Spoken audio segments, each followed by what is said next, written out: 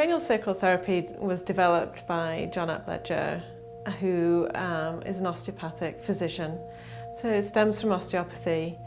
It works with the belief that the body knows how to heal itself. It's a light hands-on modality. I put my hands on to feel the rhythm throughout the body, and this rhythm is created from the cerebrospinal fluid that encases the brain and the spinal cord. And that volume of fluid increases and decreases slightly in pressure, creating a rhythm throughout the body. So we can feel that rhythm throughout the body and tell where there's a restriction. And also there's a way in which you can see where energy is being held and walled off in the body.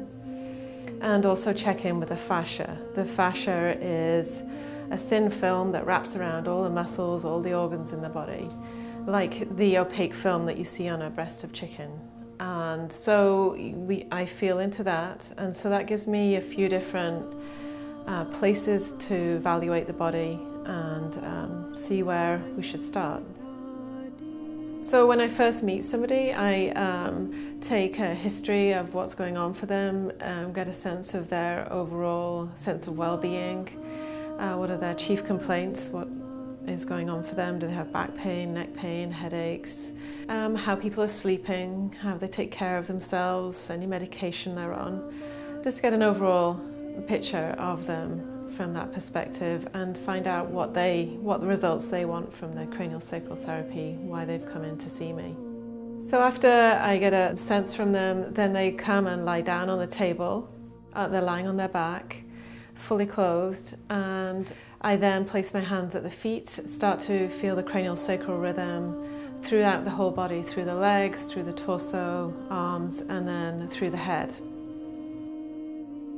So then from that check-in, I then know where to start in the body, which is more at the source of the issue as opposed to necessarily where the symptoms are being felt for somebody, which can be a little bit confusing if somebody's coming in with knee pain and I start to work at the pelvis.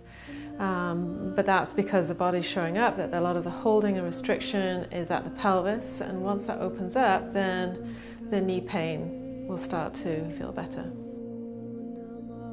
So I'll place my hands in that area, above and below the area that's showing up in the body. And then I listen with my hands and follow the tissue. So my hands will be guided by the body, and my job is to support and listen with my hands. So I follow the tissue and wait for signs of release, and they can be a feeling of heat and warmth, maybe some pulsing. Maybe the client will take a deep breath, or they may report feeling a strange sensation, maybe like a tingling down through their legs or their arms. All those are signs of a letting go of the tissue, letting go and releasing. It's very relaxing. As soon as you walk through the doors, you just feel a sense of peace. And once Kate gets you on the table, it's amazing because the first time I had no idea what to expect, and as soon as she put her hands on me, it's like you feel a sort of energy. It's like heat, and it's like your body almost like directs her to where your pain is. So as I'm working, what I ask the person on the table to do is to notice sensation in their body and to track the sensation they're feeling.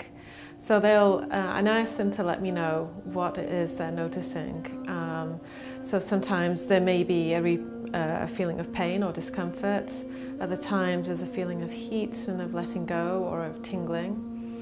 Oftentimes those are kind of strange sensations the first time they've experienced them, and sometimes it's hard to find the words for them. Oftentimes they're described as weird. It just feels kind of strange. Sometimes a memory will pop back in to them, something that they've remembered from a long time ago, maybe a fall in their childhood or a car accident they had like 10 years ago. That's not something they remember, but that spontaneously comes into their head, and so we'll often just go back and check in to see if there's anything else that we need to acknowledge about that experience. And then other times people will experience a very, very deep sense of relaxation, and they will describe it to me as they're not asleep and they're not awake, but they were just very, very deeply relaxed. And in those kind of sessions, there's very little conversation, there's very little talking that happens. So each session is very unique and individual, and so I will work in a way that suits that person. So sometimes there's a need to talk, other times there's a need for silence. So I'm Kate McKinnon, and I came to cranial sacral therapy as hearing about it as a physical therapist. In London I was working with children with disabilities, and many of those children were receiving cranial sacral therapy, and that was my first time of hearing about it, and I have to say I was very skeptical.